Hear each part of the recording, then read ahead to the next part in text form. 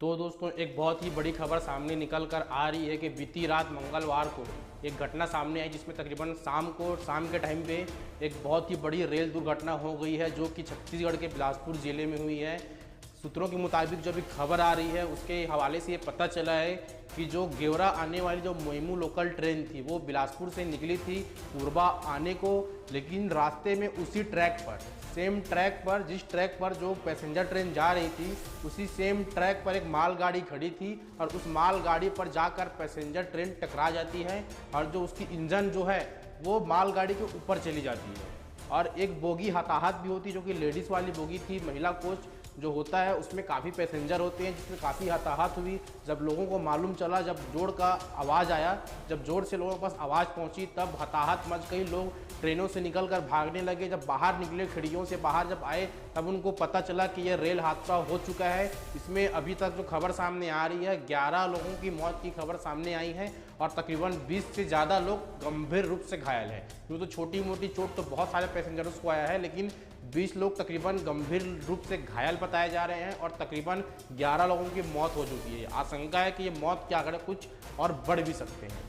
लेकिन ये जो दिनों दिन जो ये रेल हादसे ये हो रहे हैं ये आखिरकार किस वजह से हो रहे हैं, आखिर इसकी वजह क्या है, इसकी सच्चाई सामने नहीं आ पा रही है। दिन ब दिन रेलवे के जो अधिकारी है, जो इन पे सिस्टम है, जो दिन रात सिस्टम फेल होता जा रहा है। आखिर इसके पीछे जिम्मेदारी कौन है, इसकी जिम्मेदारी कौन लेगा। हर वक्त एक नया ट्रेन हादसा सामने आ जाता है। जब बालासोर उड़ीसा में जब ट्रेन हादसा हुआ था उस टाइम पे तकरीबन 300 से ज़्यादा लोगों की मौतें हुई थी। तब जो हमारे रेल मंत्री थे उन्होंने कहा था कि एक ऐसा सुरक्षा कवच तैयार किया जाएगा, एक रेलवे में ऐसा कवच बनाया जाएगा ट्रेन में कि अगर कोई दुर्घटना की आशंका जताई जाएगी तो उस ट्रेन में ऑटोमेटिक ब्रेक लग जाएगा। लेकिन वो कहाँ है कवच, वो कहाँ है सिस्टम जो आज लोग बड़ी बड़ी बातें करते हैं, आखिर इसकी जिम्मेदारी कौन लेगा।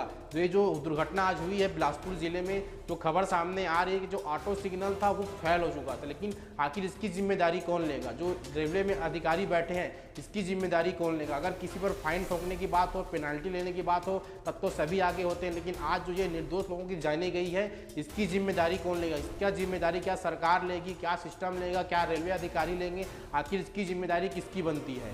आज जो ये घटना हुई है झकझोर कर रख देने वाली है, जिसमें जो सरकार है उन्होंने मृतकों के परिवार को 10 लाख रुपए देने की घोषणा की है और जो गंभीर रूप से घायल हैं उन्हें 5 लाख रुपए और जिन्हें छोटी मोटी चोटें आई हैं उन्हें 1 लाख रुपए देने की। लेकिन क्या सिर्फ इस चंद पैसों से किसी इंसान की जो जीवन है उसको खरीदी जा सकती है। जो आज जो 11 लोगों की मौत हुई है, क्या इन पैसों से उनकी जान लाई जा सकती है। क्या सिर्फ सरकार मुआवजे देकर ही, क्या सरकार इन लोगों को, इनके परिवारों को, परिजनों को पैसे देकर ही क्या उनकी जान खरीदती रहेगी। आखिर कब तक ऐसा होता रहेगा। हमारे देश में आए दिन ऐसे घटने सामने होते रहते हैं, चाहे रोड एक्सीडेंट हो, चाहे ट्रेन हादसा हो, हमेशा आए दिन एक ना एक हादसा सामने आता रहता है। आखिर क्या हो गया हमारे देश के सिस्टम को, आखिर इसकी जिम्मेदारी कौन लेगा।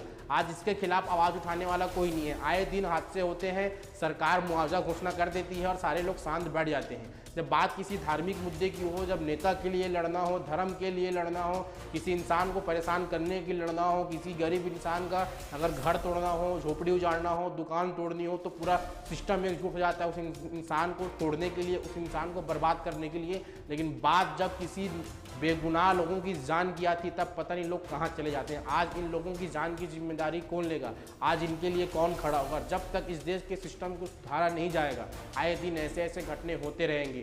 निकले थे परिवार के लोग अपनी मंजिल तक जाने के लिए, लेकिन उन्हें क्या पता था कि उन्हें हादसा का एक शिकार होना पड़ेगा और उनकी मौत हो जाएगी। इसमें बहुत सारे ऐसे ऐसे लोगों की मौत हुई जो देखकर झकझोर देती है। एक जो सामने फोटो हमारे सामने है उसमें हमने देखा कि दो दंपत्ति के लोग थे। जब वो हादसा हुआ तो जब जोर का आवाज़ आया तो उस आवाज़ के बाद दोनों ने एक दूसरे को गले लगा लिया और जो लोहे का जो गेट होता है वो आकर उन दोनों के सर पर गिरी और दोनों मौत के मुंह में समा गए। और एक छोटी बच्ची भी है जो मर चुकी है, जिसका डेथ हो चुका है, उसकी भी डेड बॉडी सामने निकली है। परिवार की खोज चल रही है। एक हमारी कुछ बिलासपुर की एक छात्रा भी है जो पढ़ने आई थी, उसकी भी मौत हो गई है। बहुत सारी चीज़ें हैं जो आज कहीं ना कहीं सिस्टम पर सवाल उठा रही है। लेकिन क्या हर बार की तरह इस बार भी मुआवजा देकर, लोगों को आश्वासन देकर, बड़ी बड़ी बातें कर कर क्या इस बार भी ये घटना को भुला दिया जाएगा? ये सबसे बड़ा सवाल है। आज सरकार पर सबसे बड़ा सवाल उठता है, सिस्टम के ऊपर सबसे बड़ा सवाल उठता है कि आज आखिर हमारे देश के सिस्टम को क्या हो गया है। हमारे देश में जो बेगुनाह लोग हैं, जो जनता की जो जानें वो कितनी सस्ती हो चुकी है, चाहे फिर किसी भी क्षेत्र में हो। हमने देखा कि महाकुंभ में भगदड़ मचा, वहाँ भी लोगों की मौतें हुई। जब ट्रेन में जब भगदड़ मचा रेलवे स्टेशन पर, वहाँ भी लोगों की मौतें हुई। जब अहमदाबाद में प्लेन क्रैश हुआ, वहाँ भी लोगों की मौत हुई। यहाँ ट्रेन हादसे, सड़क हादसे, लेकिन हर बार ये बेगुनाह जो जनता की जो मौतें होती है, जानी जाती है, आखिर इसकी जिम्मेदारी कौन लेगा? इसका जिम्मेदार कौन है? क्या इसके पीछे सिस्टम को क्या सोच समझ कर काम नहीं करना चाहिए? क्या सिस्टम को एक ऐसा काम करना चाहिए जिससे आने वाले टाइम में ऐसा हादसा ना हो? क्या मंत्रियों को, सरकारों के कुछ कड़े फैसले लेने पड़ेंगे? जो लोग सिस्टम में बैठे हैं, जो लोग आज काम कर रहे हैं इसके पीछे, उनको कहीं ना कहीं सोचना पड़ेगा आज की आने वाले टाइम में इस तरह के हादसे ना हो, इसके लिए हम क्या काम करें और कैसे कदम उठाएं। तो दोस्तों, आपका इस बारे में क्या ख्याल है? आप अपनी राय कमेंट सेक्शन में जरूर रखें। बाकी हम फिर से मिलेंगे एक नई वीडियो में एक नई जानकारी के साथ। तब तक के लिए गुड बाय।